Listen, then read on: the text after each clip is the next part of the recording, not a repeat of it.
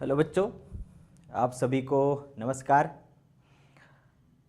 आज जो आपका पेपर हुआ क्वार्टरली एग्ज़ाम का, त्रैमासिक परीक्षा 2024 का अकाउंटेंसी का पेपर, उसको लेकर आए हैं और उसमें जो भी क्वेश्चन आए हैं उन क्वेश्चंस को हम करने वाले हैं। आप लोग करके आए हो तो उसी की हम एक जांच करने वाले हैं कि भाई आप लोगों ने किस प्रकार से किया है। तो त्रैमासिक परीक्षा 2024 हर एक स्कूल का अलग अलग आया है ना, तो इसलिए सबको एक जैसा नहीं मिलेगा। तो ये जो मेरे स्कूल है उस स्कूल का पेपर है, ठीक है। तो यहाँ पर हम देखेंगे कि भाई जो हमारा सबसे पहला जो क्वेश्चन है, सबसे पहले तो हमें 32 नंबर के ऑब्जेक्टिव टाइप के क्वेश्चन मिले हैं। तो उसमें विकल्प है, रिक्त स्थान है, ठीक है। तो ये अकाउंटेंसी का पेपर है और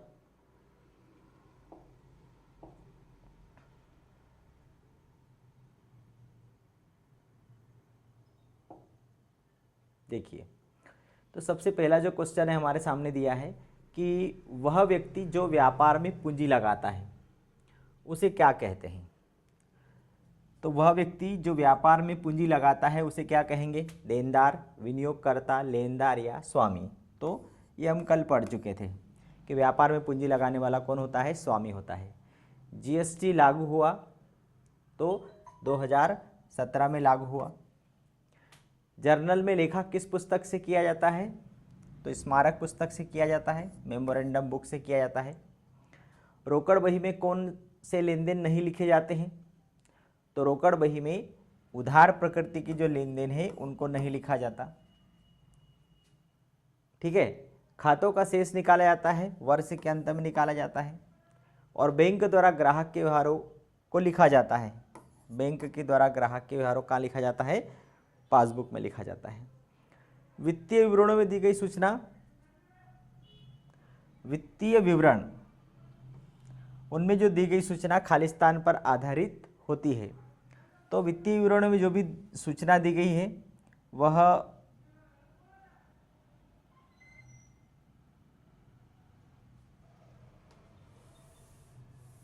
वित्तीय विवरणों में दी गई सूचना लेखांकन पर आधारित होती है, ठीक। खालिस्तान को दोहरा लेखा प्रणाली का जन्मदाता कहा जाता है, तो लुकास पेसियोली को,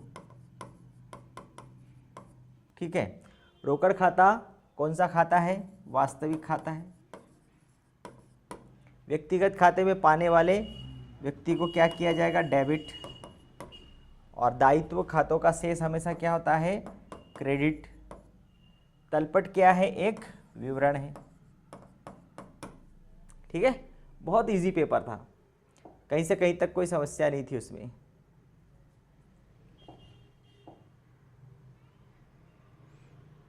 अब इसी में हम देखेंगे सही जोड़ी, ठीक है। तो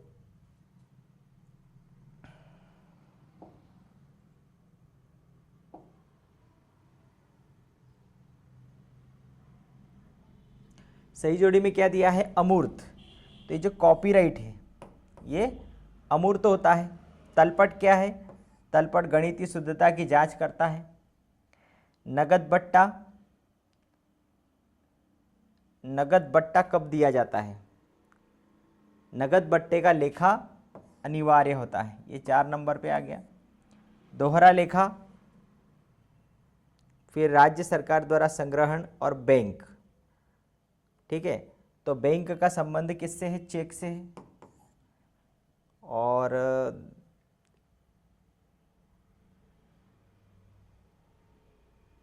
6 नंबर राज्य सरकार द्वारा संग्रहण बराबर है।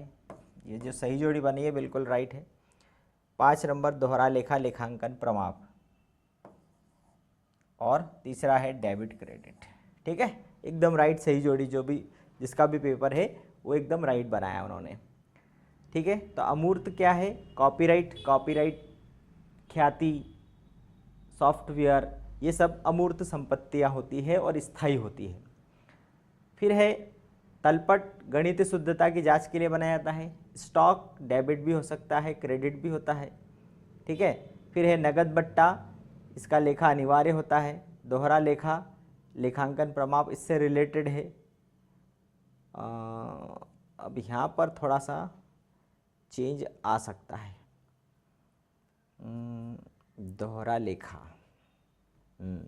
चेंज करेंगे इसको हम, है ना, थोड़ा सा चेंज है, फिर से हम बनाते हैं। अमूर्त कॉपीराइट, तलपट गणितीय शुद्धता, और जो इन्वेंट्री है ये है लेखांकन प्रमाप। क्योंकि जो लेखांकन प्रमाप बनाए गए हैं अकाउंटिंग स्टैंडर्ड, तो जो लेखांकन प्रमाप 2 है वो इन्वेंट्री से रिलेटेड है, मतलब स्टॉक से रिलेटेड है, ठीक है, तो उसके लिए 3 नंबर आएगा। फिर राज्य सरकार द्वारा संग्रहण SGST मतलब स्टेट GST, नगद बट्टा, इसका लेखा अनिवार्य होता है। फिर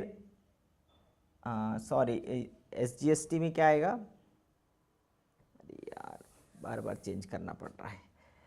अमूर्त हो गया नंबर 1, तलपट हो गया गणितीय शुद्धता की जांच, इन्वेंट्री हो गया लेखांकन प्रमाप, फिर नगद बट्टा हो गया लेखा अनिवार्य, और दोहरा लेखा ये डेबिट क्रेडिट, राज्य सरकार द्वारा संग्रहित, और बैंक हो गया 7 नंबर। केवल इनका जिस भी बच्चे ने बनाया है उसका क्या चेंज हुआ, लेखांकन प्रमाप चेंज हुआ, क्योंकि जो लेखांकन प्रमाप 2 जो दिया है ये उससे रिलेटेड है, किससे, इन्वेंट्री से रिलेटेड है, स्टॉक से रिलेटेड है, ठीक है। तो ये ऑब्जेक्टिव टाइप के क्वेश्चन हो गए। अब 4 नंबर में देखते हैं, तो इसमें दिया है सत्य सत्य दिए हैं। तो सत्य सत्य में ख्याति एक अमूर्त संपत्ति है, बिल्कुल राइट है। पूंजी बराबर संपत्ति ऋण दायित्व, ये भी सही है। व्यापारिक बट्टे का लेखा दैनिक पूंजी में दर्शाते हैं, गलत है। फिर उधार व्यवहारों का लेखा रोकड़ बही में किया जाता है, तो उधार व्यवहारों का लेखा रोकड़ बही में नहीं किया जाता। खाता बही में व्याख्या की आवश्यकता नहीं होती, बिल्कुल राइट है। और तलपट की सहायता से अंतिम खाते तैयार किए जाते हैं, ये भी राइट है। अब हम आगे जो पढ़ने वाले हैं उसमें करने वाले, तलपट की मदद से अंतिम खाते बनाएंगे। एक शब्द में निजी व्यय हेतु व्यापार से निकाली गई राशि क्या कहलाती है, आहरण कहलाती है। लेखांकन अवधि 12 माह की होती है। नाम मात्र के खाते का संबंध होता है आय, व्यय, लाभ और हानि से। संपत्ति के क्रय पर किस खाते को डेबिट करते हैं, तो संपत्ति खाता डेबिट होगा। डेबिट नोट कौन लिखता है, तो डेबिट नोट किसके द्वारा लिखा जाएगा, जब आप माल क्रय करते हो, ठीक है, तो क्रय खाता डेबिट, मान लो आपने ए से माल खरीदा तो क्रय खाता डेबिट ए से, और जब आप क्रय में से कुछ माल खराब होने पर वापस भेजोगे तो ए का खाता डेबिट करोगे, ए डेबिट क्रय वापसी खाते से, ठीक है। तो इसका मतलब कि जो आपने खरीदा हुआ माल वापस कर रहे हो तो ये किसके द्वारा बनाया जा रहा है, क्रेता के द्वारा। डेबिट नोट कौन बनाता है, ये बनाता है क्रेता। खाता बही में लिखना क्या कहलाता है, खतौनी, पोस्टिंग बोलते हैं इसको। ये सारे ऑब्जेक्टिव हमने कल की क्लास में पढ़े थे। तलपट का अंतर किस खाते में अंतरित करते हैं, तो ये उच्चंत खाते में अंतरित करते हैं, सस्पेंस अकाउंट। तलपट में यदि कुछ भी अंतर होता है तो उसको सस्पेंस अकाउंट में ट्रांसफ़र कर दिया जाता है, ठीक है। इसके बाद अगले क्वेश्चन की तरफ चलेंगे।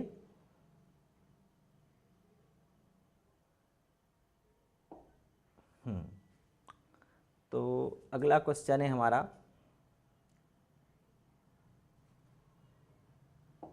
देखो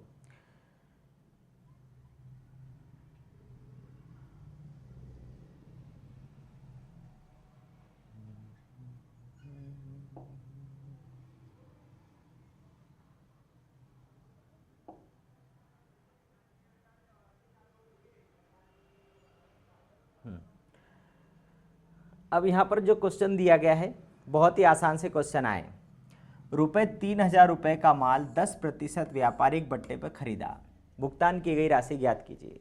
तो 3000 रुपये का माल 10% व्यापारिक बट्टे पर आपने खरीदा, तो 3,000 रुपये में से 10% मतलब 3,000 रुपया 300 रुपया, तो 3,000 माइनस 300 मतलब 2,700 रुपये का आप क्या करोगे, भुगतान की गई राशि कितनी होगी, 2,700 रुपये।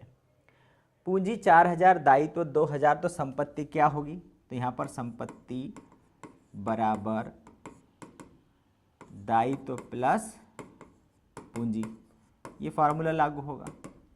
तो दायित्व 2,000 है, पूंजी 4,000 है, तो संपत्ति कितनी हो जाएगी, 6,000। तो संपत्ति पता चल गई। ठीक है, फिर लेखांकन समीकरण पर आएंगे, तो लेखांकन समीकरण भी आसानी से बन जाएगा हमारा।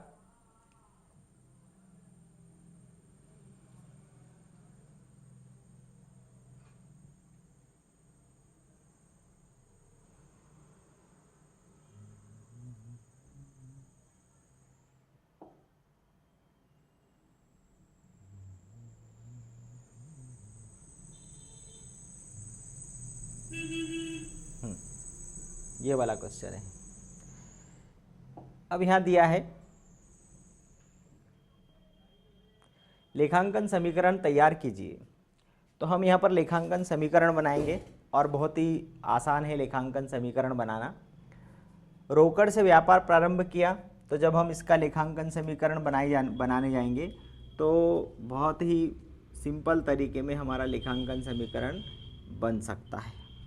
ठीक है, रोकड़ से व्यापार प्रारंभ किया 10,000, नगद माल क्रय किया 2,000 और राजेश से माल खरीदा 1,000 रुपये। तो इसको करने का सबसे बेस्ट तरीका हम सभी को मालूम है। ठीक है, तो यहाँ पर यदि आप लेखांकन समीकरण बनाने जाएंगे तो इतने से पार्ट में बहुत ही छोटा सा आपका लेखांकन समीकरण बन सकता है। मतलब देखिए,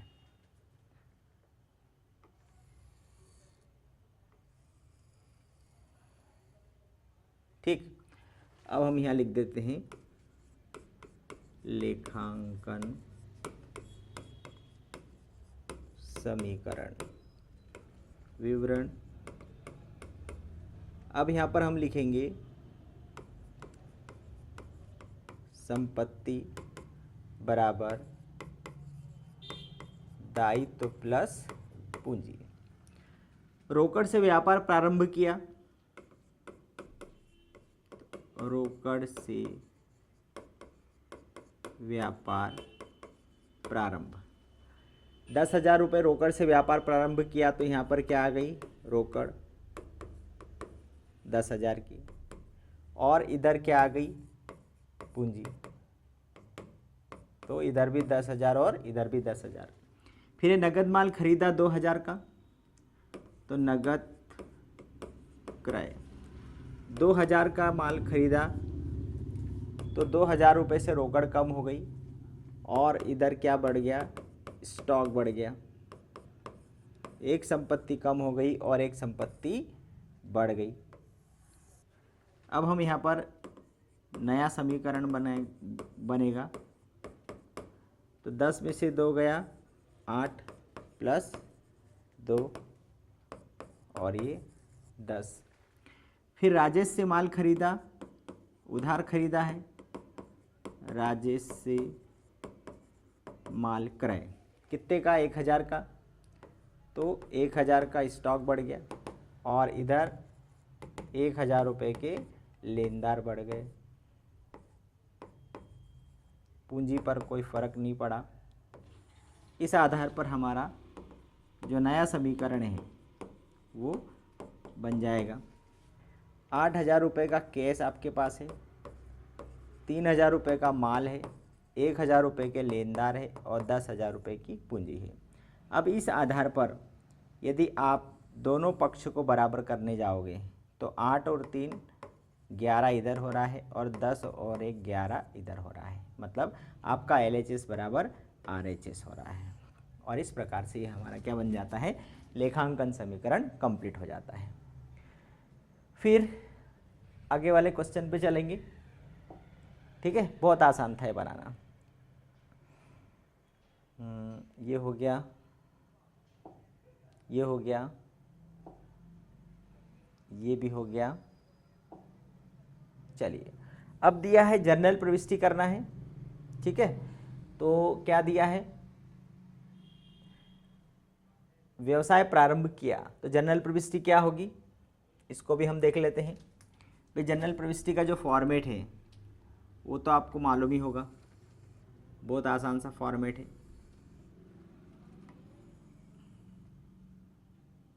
डेट, ठीक है, फिर पर्टिकुलर, एलएफ, डेबिट और credit, journal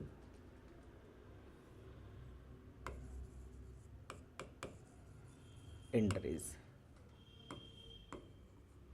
date, particular, LF, debit और credit. Number 1, 2024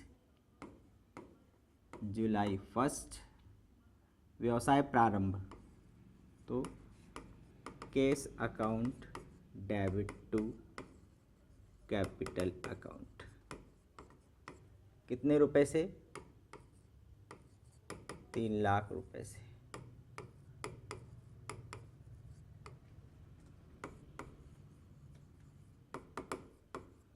business started with cash, पहली एंट्री हो गई। फिर सेकंड एंट्री, नगद माल खरीदा, purchase account debit to cash account, कितने का, 1 लाख रुपए का माल खरीदा।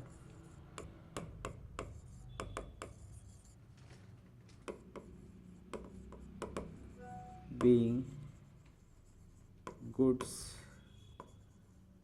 परचेस, ठीक है। फिर 8 जुलाई को नगद माल बेचा,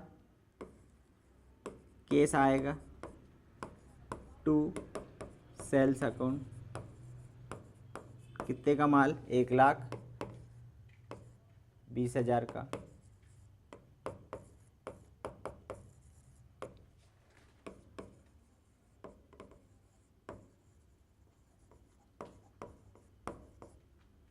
goods sold.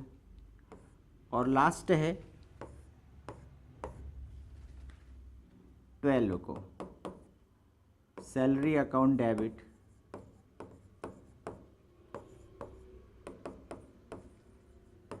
To cash account, 20,000 रुपये की, ठीक है। सैलरी पेड,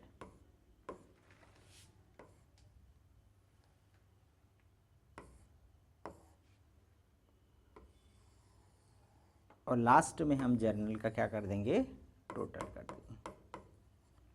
तो कितना हो जाएगा, 3, 4, 5,40,000 और इधर भी 5,40,000। और इस प्रकार से ये हमारी क्या हो जाएगी, जर्नल प्रविष्टि हो जाएगी, ठीक है। तो अगला क्वेश्चन देखेंगे, रोकड़ खाता बनाइए। अब रोकड़ खाता भी बनाना बहुत आसान है। डेबिट और क्रेडिट दो साइड बनाना है रोकड़ खाते के लिए।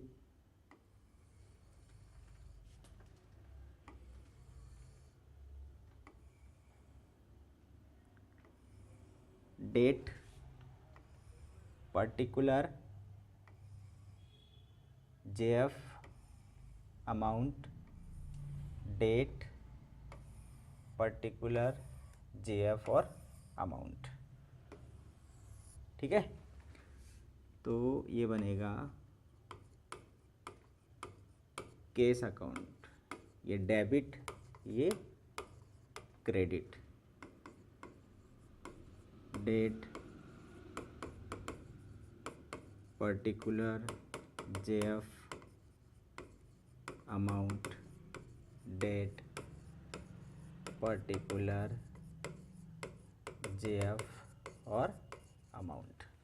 नंबर 1, 2024 अप्रैल 1 को रोकड़ हाथ में टू बैलेंस ब्राउट डाउन 1,30,000। ठीक, शेष लाया गया। 10 को नगद विक्रय 10,000 का, तो टू, भाई नगद बेचोगे तो पैसा आएगा, 10,000 का माल बेचा। 15 को नगद क्रय, तो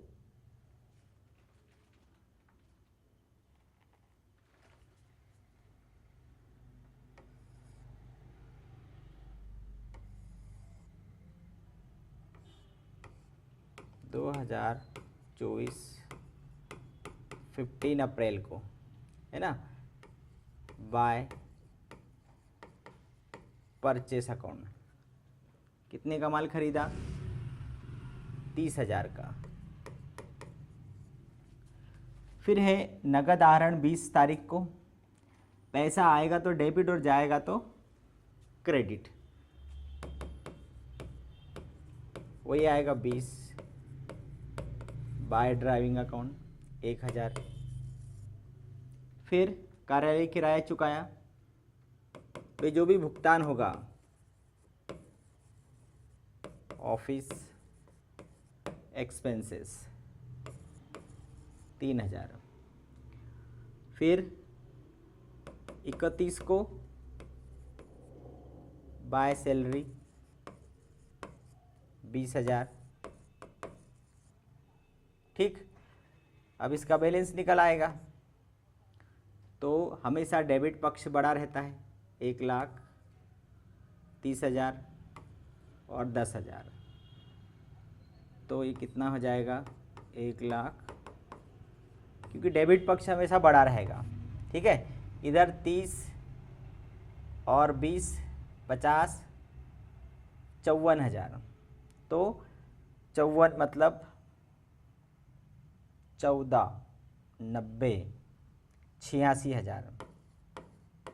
तो जो बैलेंस आ रहा है 31 को बाय बैलेंस कैरी डाउन 86,000। ठीक है, ये बन गया हमारा कैश अकाउंट।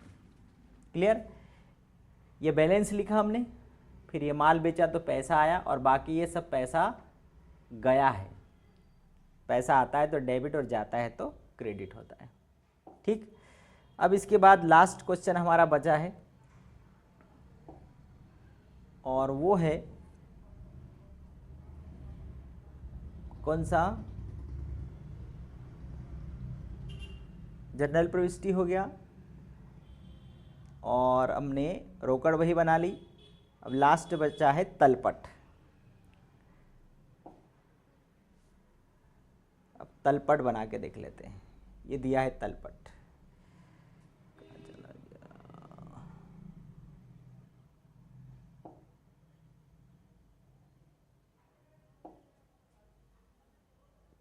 ठीक है। अब इसको हम बना के देखते हैं तलपट को। तो तलपट में दिया है बिके हुए माल की लागत, तलपट बनाएंगे हम, पर जाएगा ये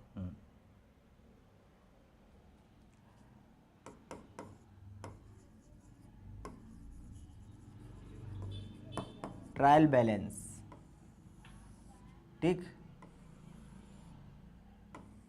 बहुत इजी पेपर आया था मेरे हिसाब से, तो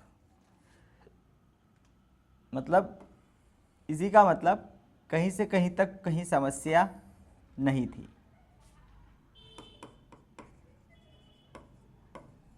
name of account, debit balance और क्रेडिट बैलेंस। सबसे पहले COGS cost of good sold 75,000। फिर जब आप कॉस्ट ऑफ गुड सोल्ड लिखेंगे तो क्लोजिंग स्टॉक भी अंदर लिखा जाएगा डेबिट साइड में। डेटर 30,000 रुपये के, क्रेडिटर 15,000 रुपये के, क्रेडिट में जाएंगे। फिर है यंत्र 25,000, मशीनरी, जितनी भी संपत्ति होती है डेबिट में लिखी जाती है। रेंट एंड सैलरी, जितने भी व्यय हैं वो डेबिट पक्ष में लिखे जाते हैं। सेल्स, विक्रय कितना है, 1,00,000 रुपए का, आपको मालूम है विक्रय क्रेडिट होता है। और कैपिटल मतलब पूंजी, ये 45,000 रुपये, ये भी क्रेडिट में होगी। ठीक, नीचे हम टोटल कर देंगे, कितना आ जाएगा, इधर का करेंगे तो 40, 50, 60, 1,60,000। इधर का करेंगे तो 70, 90, 1,20, 40, 50 और 1,60,000। दोनों साइड बराबर हो गया, 1,60,000 इधर भी, 1,60,000 रुपये इधर भी। तो इस प्रकार से हमारे जो क्या है, ये अकाउंटेंसी का जो पेपर था, इस पेपर में जितने भी क्वेश्चन थे वो क्वेश्चन न्यूमेरिकल भी और ऑब्जेक्टिव टाइप के क्वेश्चन भी हमने किए हैं। इसके बाद फिर हम बिजनेस स्टडी का कल देखेंगे, उसको हल कर लेंगे। अगले वीडियो में फिर मिलते हैं, तब तक के लिए नमस्कार।